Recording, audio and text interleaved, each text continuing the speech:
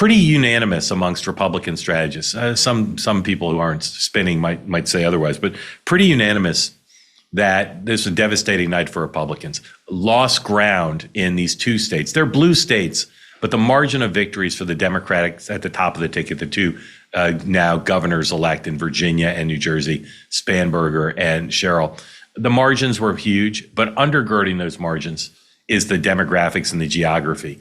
That's so important. One of the really devastating impacts for the Democrats of Donald Trump's victory just a year ago was his success encroaching on what had been part of the Democratic base. On the one hand, suburban voters. Both Sherrill and Spanberger did extraordinarily well with suburban voters, and that's the ultimate battleground. We slice and dice the electorate in so many ways, but it's the suburban vote that's so important. But also with what used to be thought of as Barack Obama's coalition of the ascendant, which Donald Trump did extremely well with in 2024, powering his victory. We're talking about younger voters, talking about young men of color, Hispanic and black men in particular, and then young women as well. And Donald Trump's encroachments there were extremely important. And then geographic, not just suburbs, but Donald Trump made massive gains in counties all over the country as compared to how he did in 2020 versus 2024. All that wiped out to a large extent in New Jersey and Virginia. It's not a national election. But then you had Democratic victories in California in the ballot measure for redistricting, Democratic victory in Pennsylvania for the state Supreme Court, in statewide offices in Georgia. 2 Democrats got elected to statewide office in Georgia, first time in a long time outside of the Senate races. That, again, even Republicans are not denying, this is part of a national pattern of unhappiness with President Trump and the Republican brand. As Doug Sosnick will discuss with and wrote in his new memo about the election, politics used to be, Tip O'Neill said, all politics is local. All politics now is national. And so when there's a national repudiation, you saw it also down ballot in Virginia, where the controversial attorney general candidate for the Democrats won, where they took legislative seats. When you see that, you know there's something going on. And what's going on is President Trump's brand is in some polls in its lowest, but not successful enough to stave off what was a big Democratic win. Again, you expect that the year after a presidential when the Republicans win the White House. You expect that in blue, purple states like Virginia and New Jersey. But the night was so big for the Democrats that, as I said, acknowledgement, even by the White House itself, James Blair, the White House deputy political director or deputy chief of staff, who's the de facto political director, even acknowledgement there. They need to do a better job doing what Mamdani did so well, what the 2 Democratic gubernatorial candidates did, which is talking about affordability. Lots of other issues discussed in this race, but economics is always going to be king, always going to be the most important issue. And right now, people are not feeling great about the economy. Now, the president is in a bit of a pickle here politically, and we'll see this play out into the rest of this year, the State of the Union early next year, and then the midterms. It's the same problem that bedeviled Joe Biden. Every president in my career, and going back further, if people aren't feeling great about the economy, regardless of what the statistics say, regardless, how do you talk about it? Now, President Trump's case, he thinks the economy is better than he's been given credit for, but he doesn't want to sound out of touch. And so the White House now is trying to figure out, how does he talk about his current record, what he's expecting to come up, without seeming like he's out of touch. Housing, he's right that some prices are down, and he's right that beef is still high, but housing is still out of control. Housing prices, whether you rent, whether you buy, whether you want to buy.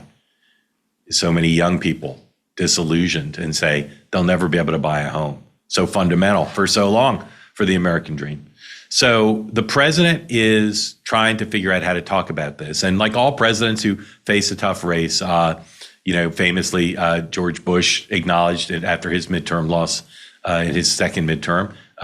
Same with Barack Obama. We talked about it as shellacking. Donald Trump's not one to acknowledge huge defeat.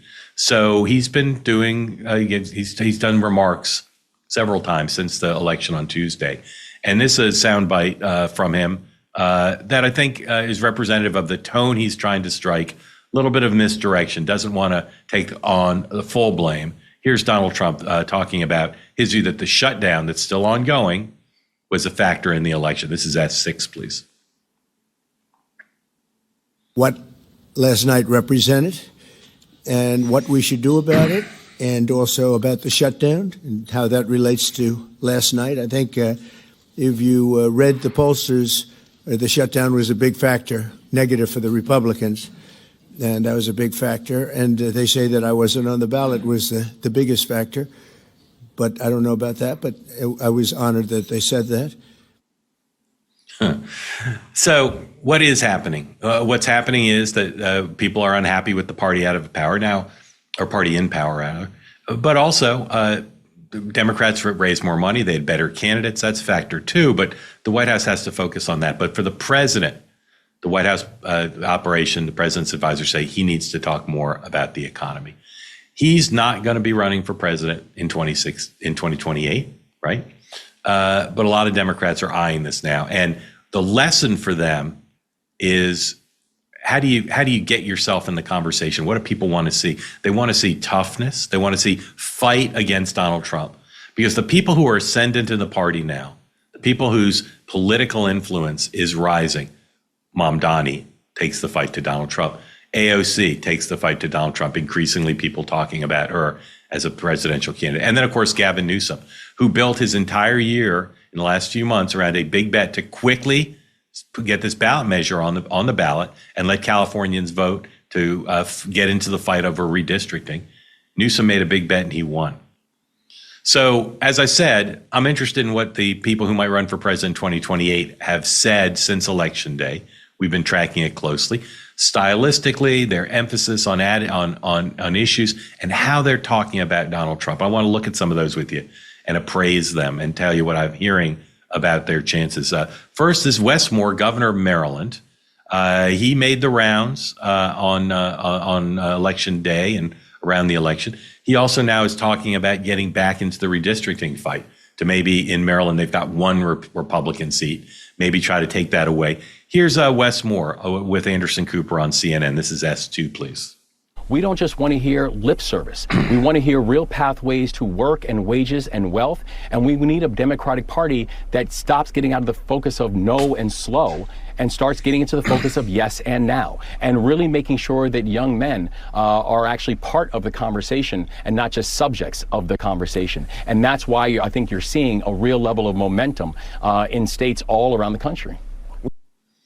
Now, he's a pretty soft-spoken guy. But you see there, I think, an effort to amp things up, to be a little bit more urgent in his tone.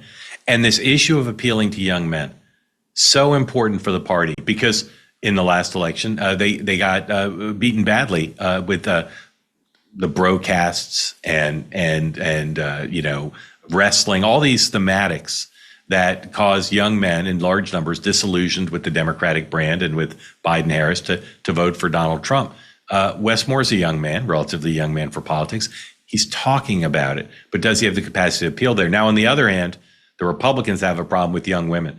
Both the Democratic gubernatorial candidates, Cheryl and in Virginia, they both did incredibly well with young women. I mean, like staggering well, like 70% well.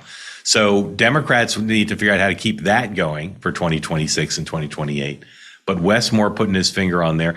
I think that we'll see if he runs. He says he's not going to, but most people I talked to this week say, yeah, he's out there. He wants to run. And Wes Moore is drawing the attention of some folks who say he's the one. He's the choice. A lot of donors are interested in Wes Moore.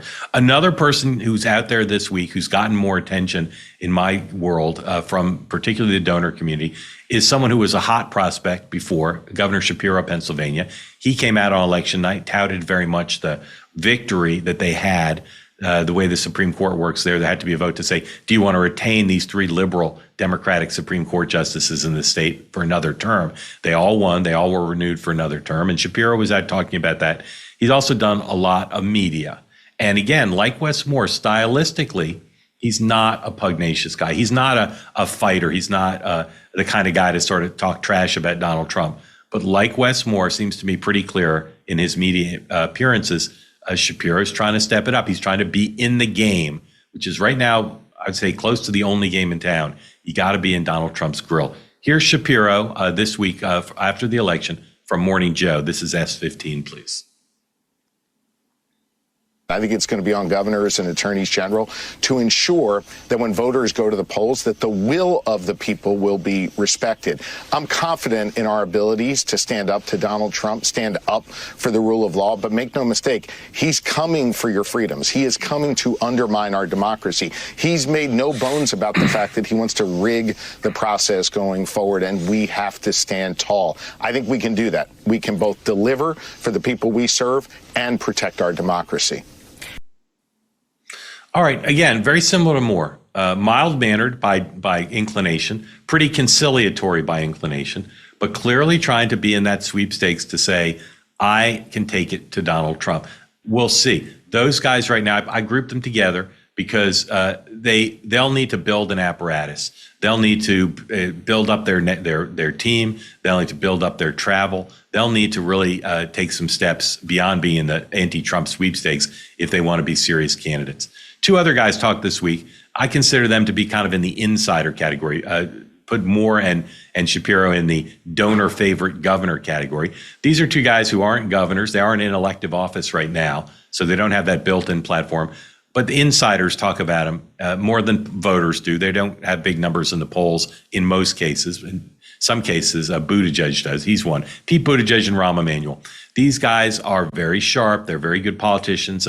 They could be and have been campaign managers. They know how to run things in terms of the nitty-gritty of politics, both media savvy and both willing to go out there and mix it up with Trump. But again, more pugnacious than Moore and Shapiro. But they're trying to figure out where's their lane. Both more interested in policy than most people who run for president. First, here's Pete Buttigieg being a little feisty. You'll hear here. S5, Pete Buttigieg talking about the election results on a social media post. Democratic candidates won by focusing on the basics of everyday life, especially the cost of living. And that focus, that discipline, paid off. Secondly, there is clearly a stink to being associated with Donald Trump, something that Republicans in office need to think about when they're deciding whether to rubber stamp his destructive actions in the months ahead. This is going to be a huge issue for the midterms. Donald Trump did not campaign in Virginia or in New Jersey for these folks. He did some teletown hall stuff, but he didn't go in person. And now we're waiting to see what he does in the midterms. And Buttigieg, very aggressive there, using the word stink, saying, Trump is going to be an albatross. We'll see. Buttigieg is interesting. He can raise some money. But that tone comes very natural to him, more than the other two, I'd say. But let's see how he steps it up. And then Rahm Emanuel, former mayor of Chicago, former congressman, former Obama White House chief of staff, former ambassador to Japan, still remains an insider candidate. Unlike Buttigieg, who did well in a recent New Hampshire poll, Emanuel is not showing up in the polls. But insiders talk about him. He's a CNN political analyst, so he's got a regular perch there. And he's trying to figure out whether he can be seen as a credible candidate, as a strong candidate, even though he's not well known, even though, again, he's more of an insider than a national figure. Here's Rahm Emanuel on CNN talking about the election results and Mondami. S11, please. Everywhere you're going, Democrats are outperforming in that area. So do I get what the White House wants to do in the sense of making Mondani the face of the party? But this is because when they look in the mirror, it's a repudiation of the precedent. That's what they're trying to avoid the story to be. All right. So I put those guys in the category of they got to figure out where's their lane, but they're both going to be willing to go hard after Trump. I don't think either of them feels any restraint. Here's a tough question for you. Are you being lied to? They tell you should max out to your 401k and your IRA, and then they make you beg for permission to use your own money. It's time to get the truth and discover a better way to grow and protect your money. Bank on Yourself is the proven retirement plan alternative to banks and Wall Street desperately hope you never hear about. It gives you guaranteed growth and tax-free retirement income. Your plan stays protected even when there's a market drop. You're in control with access to your money anytime for emergencies or opportunities that come along. There are no penalties or restrictions. And even when you use your money, it keeps growing like you never touched it. Plus, with built-in inflation protection, your savings grow by a larger dollar amount every year. It's real financial security, real peace of mind with a retirement plan that works for you. You can get a free report that reveals how you can bank on yourself and enjoy tax-free retirement income, guaranteed growth, and control of your money. Just go to bankonyourself.com/Mark. That's bankonyourself.com/Mark. Get your free report. Again, bankonyourself.com/Mark. Try it now, bankonyourself.com/Mark.